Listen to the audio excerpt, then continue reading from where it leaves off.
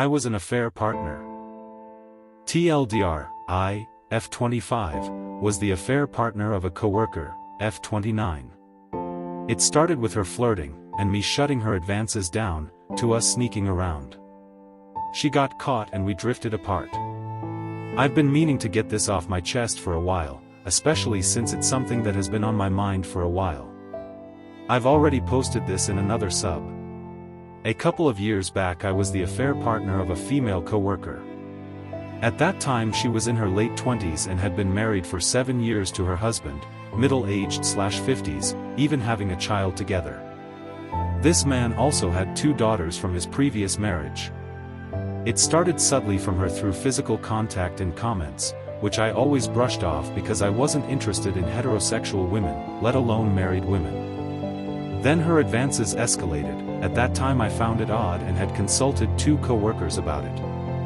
One of them said it was only friendly, the other just found her behavior odd.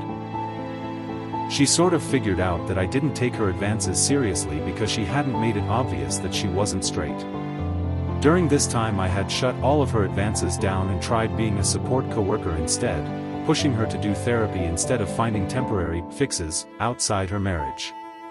Whenever she mentioned issues in her marriage I'd push her to talk to her husband and try to resolve them. Eventually it became evident that their marriage had a lot of issues and her husband didn't care much to work through them.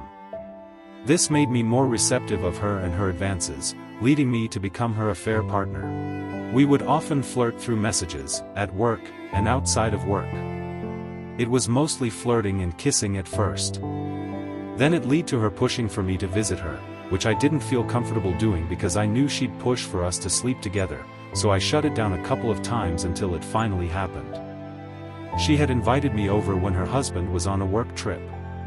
We had some wine, and then it got too late for me to head back home, so she offered me to sleep in their spare bedroom, which were also the bedroom of her husband's daughters. One thing led to another, and it became our room whenever she'd invite me over. She always made sure her husband and his daughters wouldn't be at home when she had me over.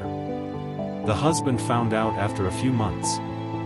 He probably had her followed or something because he had searched up the location me and her were going to meet up at. He had also found my deodorant bottle in the trash, leading to him openly confronting her about it. During the entire affair I had observed her and her actions. She would lie to him, tell him she loved him whilst telling me she felt guilty because she was sneaking around and didn't love him anymore. I also noticed that whenever I was about to leave, she'd clean up all of my traces in such a calm and methodical way, as if she'd done this multiple times before.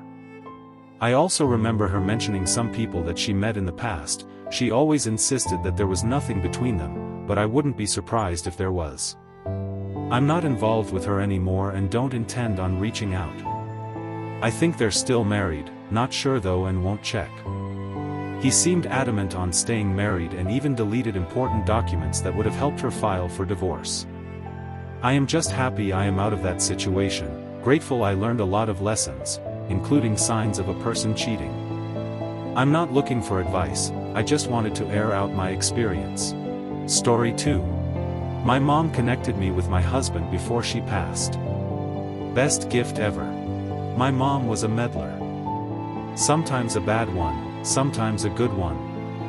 I'm her only child and she used to say, I just can't leave this earth until I know that you are fully okay. I've always been okay business-wise. I've been an entrepreneur since a kid thanks to my parents and have conquered many businesses. But hadn't really put much into relationships. So this had recently become a concern for her. She was also a little busybody, so in her retirement she began to sell costume jewelry at flea markets. One day she called me and told me about this guy that would buy all of her jewelry every week. She said, he's a dealer but I don't know how good he is as I know this stuff isn't worth half of what he's paying. But I'm thankful. But you should call him and sell some of your old jewelry. I did and he told me that he didn't even really sell jewelry but art and antiquities. I thought, my mom's charm had captured another one. She asked me to come down to DC, from NJ. And set up at the market with her one day. I was so busy at the time but she was so pushy that I had to. Of course, at the end of the day, a tall, handsome guy shows up. It was the guy that had bought from her every week. He mentioned that this one day he almost didn't make it, but he had promised her, so he did. Next thing I know, she had disappeared to the inside market and I was left to fall in love. We chatted for a while. Then we went to dinner the next day, a Sunday. That Wednesday he was visiting me in NJ. 2 months later he moved up to NJ, and 2 years later we just got married. My mom passed away the very next year after we met.